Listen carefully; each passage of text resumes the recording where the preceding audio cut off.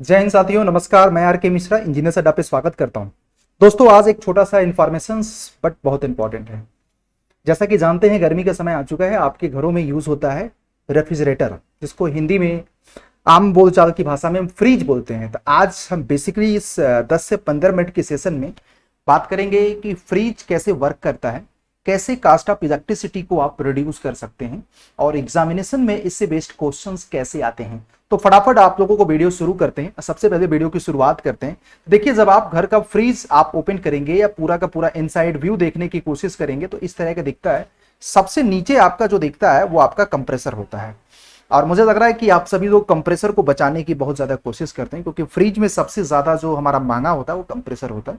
फिर उसके बाद पीछे की साइड में आपका कंडेंसर लगा होता है। आई थिंक आप सभी लोगों ने देखा होगा कि बैक साइड में कंडेंसर होता है, जो कि काफी गर्म होता है और हीट को रिजेक्ट करता है। फिर उसके बाद कंडेंसर के जस्ट ऊपर जो होता है, आपको मैं दिखा देता हूं, एक सेकेंड देखिएगा जरूर। कंडेंसर के बाद आपका कहीं ना कहीं एक कैपिलरी ट्यूब होता है, सबसे ऊपर होता है। फिर कैपिलरी ट्यूब, जिसको हम एक्सपेंशन डिवाइस बोलते हैं। और फिर उसके बाद आपका एक इवापोरेटर होता है, जो कि फ्रीजर बॉक्स जिसको भी बोलते हैं। फ्रीजर के ऊपर एकदम होता है, ऐसे ऐसे कॉइल हो जाता है, यहाँ पे ये दिख रहा होगा, है ना। तो ये एक पूरा सिस्टम होता है जहां पे रेफ्रिजरेंट तो पूरे डिवाइस में सर्कुलेट होता है। तो आइए यहाँ पे जानने की कोशिश करते हैं कौन सी डिवाइस का काम क्या है। सबसे पहला जो डिवाइस आपके काम का है, मैं आपको बता देता हूं, कंप्रेसर। तो आप इसका नाम मैं कंप्रेसर नहीं बोलूंगा, द कंप्रेसर बोलूंगा। आप बोलोगे सर आर के सर द कंप्रेसर क्यों बोल रहे हैं? क्योंकि भाई सबसे महंगा है। और मैं आपको प्राइमरी बता दूं कि पूरे जो कास्ट रेफ्रिजरेटर का है ना, सबसे ज्यादा इसी का होता है। और इनफैक्ट इसीलिए कंपनी इसको ऐसा बनाता है कि बहुत कम, रेयरली खराब हो। कंप्रेसर का काम क्या होता है कि जो भी हमारा रेफ्रिजरेंट होता है उसको बेसिकली इवापोरेटर प्रेशर से, मतलब लो प्रेशर से हाई प्रेशर पे प्रेशराइज करना और उसके टेम्परेचर को बढ़ा देना। तो ये बेसिकली आपका कंप्रेसर है, ठीक है। फर्स्ट स्टेप होता है जहां पे रेफ्रिजरेंट को क्या किया जाता है, प्रेशर को इंक्रीज किया जाता है, एंड जिससे कि आपका low pressure and low temperature का जो रेफ्रिजरेंट होता है वो आपका high pressure and high temperature पे कन्वर्ट हो जाए। अब इसके फायदे क्या हैं, हम आप लोगों से डिस्कस करेंगे। लेकिन आपसे पूछा जाए कि सबसे महंगा आइटम क्या होता है, तो आपका कंप्रेसर होता है। इसीलिए कंपनी आपको इतना ज्यादा वारंटी देती है। नेक्स्ट आपका काम क्या है बेटा, condenser. My dear friends, condenser का काम होता है कि जो भी हमारे रेफ्रिजरेंट के अंदर कंप्रेसर में कंप्रेस करने की वजह से लेटेंट हीट और सेंसिबल हीट और हाई प्रेशर हुआ है, तो कंडेंसर क्या करता है, प्रेशर को कांस्टेंट रखते हुए उसके अंदर जो भी लेटेंट अथवा सेंसिबल हीट होता है ना, वो आपका यहां से बाहर निकाल देता है, रिजेक्ट कर देता है, और अपने आप को वो सैचुरेटेड लिक्विड में क्या कर देता है, कन्वर्ट कर देता है। लेकिन इन सब के दौरान आपका जो प्रेशर रहता है वो आपका कांस्टेंट रहता है।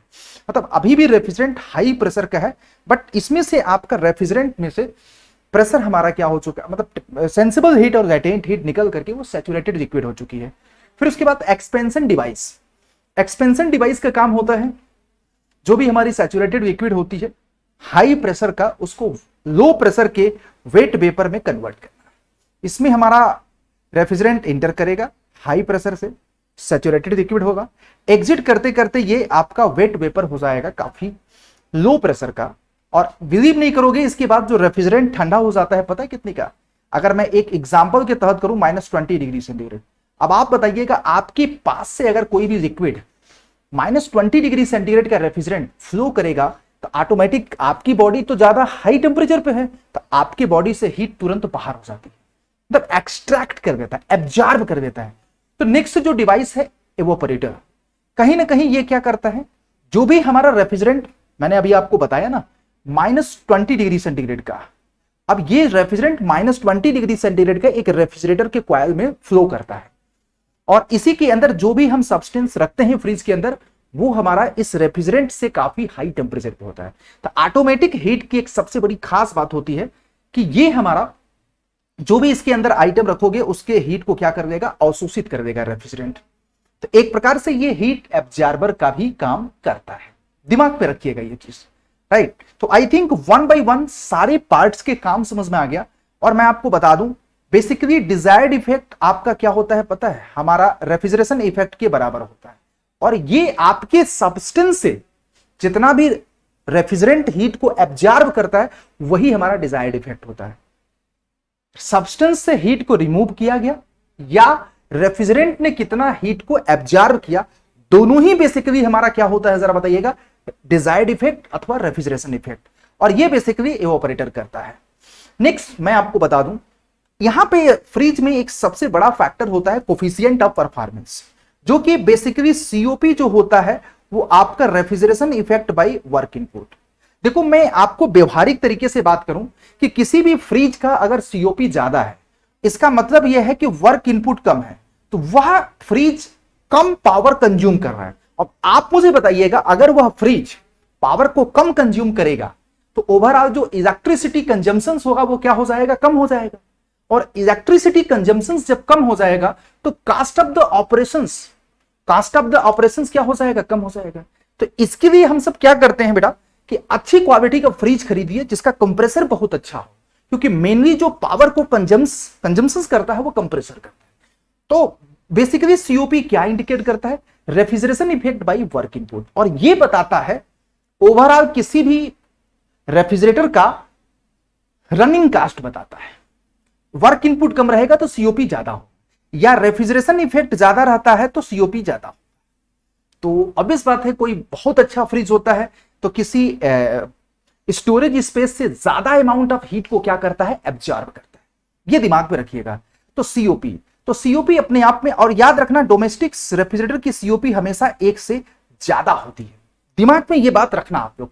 और मुझे पता है आप लोग दिमाग में रखेंगे, ऑब्वियस बात है यार, हम सब इंजीनियर्स हैं, इस बात का ध्यान रखेंगे, ठीक है। इसके कभी कभी मैथमेटिकली फार्मूला अगर आप देखना चाहोगे मेरे प्यारे बच्चे, तो आप ये कर सकते हो, जैसे कि refrigeration effect absorb heat by work input, या हमारा बाद में हीट रिजेक्टेड, मतलब आप इस पे सिंबल के तौर पे अगर देखो अलग अलग तरीके से, कुछ लोग इसको हम Q2 से डिनोट करते हैं, कुछ लोग इसको Q1 से डिनोट करते हैं।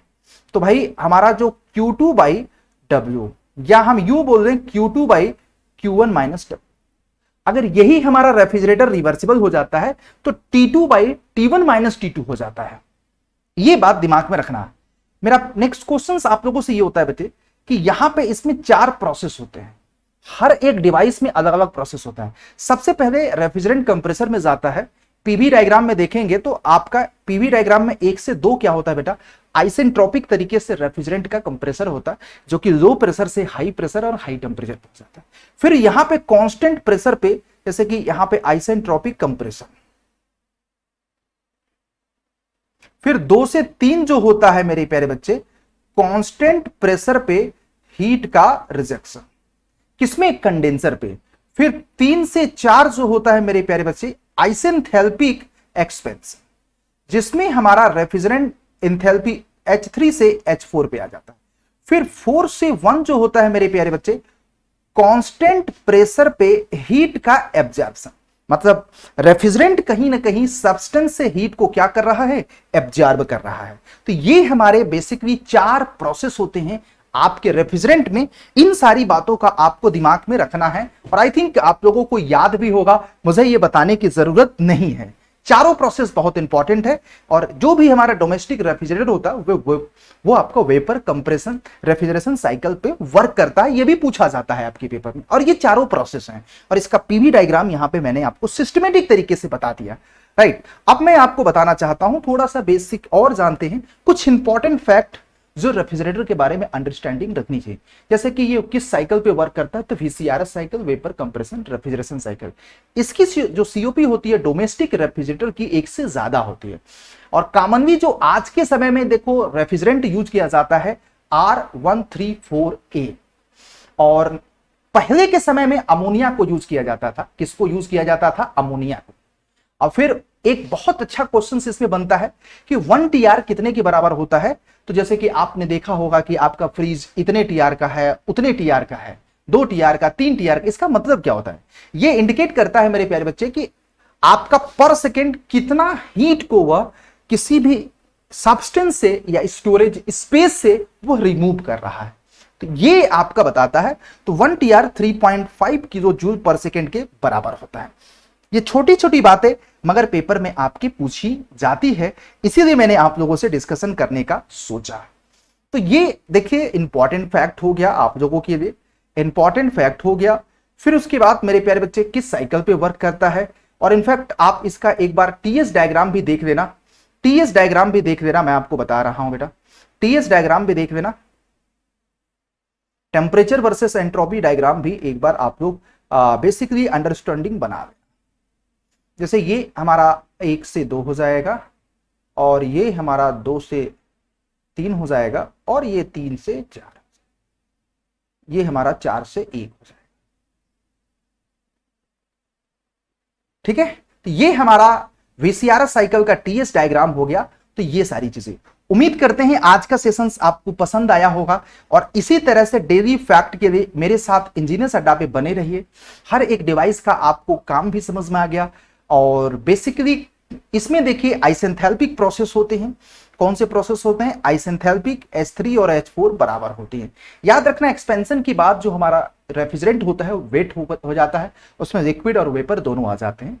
इवेपोरेटर का काम होता है हीट को एब्जॉर्ब करना, आपके जो भी पानी का बोतल या जो भी चीज रखते हैं उससे हीट को एब्जॉर्ब कर देता है। तो बेसिकली एक प्रकार से ये हीट एब्जॉर्बर का काम करता है, और इसके द्वारा हीट एब्जॉर्ब आपके रेफ्रिजरेशन इफेक्ट के बराबर होता है। और जो हमारा एक्सपेंशन डिवाइस तो मैंने बता दिया, और कंडेंसर का काम होता है हीट को रिजेक्ट करना, जो सराउंडिंग में हीट को रिजेक्ट करता है कंडेंसर, जो बेसिकली आपकी ट्यूब होती है पीछे की साइड, और ये हमारा वर्क को कंज्यूम करता है। बेसिकली जो भी हमारा रेफ्रिजरेंट वर्क को कंज्यूम करता है वो WC होता है, याद रखिए।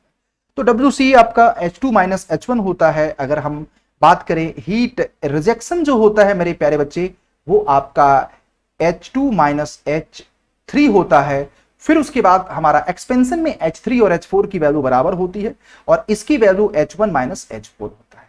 और COP अगर आपको निकालना है तो आप बेसिकली Q2 और W की वैल्यू रख दीजिए, आपका आ जाएगा। ठीक है, तो इंपॉर्टेंट फैक्ट। तो उम्मीद करते हैं ये वीडियो अब आपको प्रॉपर तरीके से समझ में आ गया होगा, और आप बेहतरीन तरीके से समझे भी होंगे। तो थैंक यू, इसी तरह के वीडियो के लिए मेरे साथ बने रहिएगा। ठीक है, हाँ, ये वीडियो मैं इसीलिए बनाया कि डेली डोज के तौर पे आप लोगों को कॉन्सेप्ट दिया जा सके, ताकि आपकी अंडरस्टैंडिंग बन सके। हाँ, एक बात जरूर कहूंगा, ये वीडियो आप लोग सिविल, मैकेनिकल, इलेक्ट्रिकल सारे ब्रांच के लोग देख सकते हैं। बेसिक चीज है, रेफ्रिजरेटर आपके हर एक ब्रांच में एक एसेंशियल पार्ट होता है जो अंडरस्टैंडिंग बनाना होगा, बेसिक फिजिक्स। आप सभी लोगों के लिए इंपॉर्टेंट इंफॉर्मेशन है बेटा।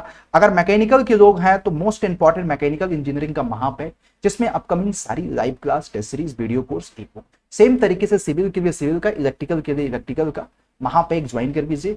Best content, best faculty, proper recorded content आपको 2000 प्लस आवर्स की live class, plus 2000 plus hours की recorded video, plus 1200 plus e books, test series and e books available है। ज्वाइन करने का कोड आपको यूज करना है बच्चे Y201, you will get max to max price lowest. ठीक है, thank you being the part of the sessions. आज का हमारा सेशंस कैसा लगा, हमारा प्रयास कैसा लगा, एक बार वीडियो के नीचे कमेंट सेक्शन में जरूर बताइएगा। अगर आप लोग मैक्सिमम लोग रिस्पॉन्ड करोगे तो हम आपको इसी तरह के फर्दर कॉन्सेप्ट के वीडियो और लेकर के आएंगे, और प्लीज सेशंस को लाइक करिएगा जरूर।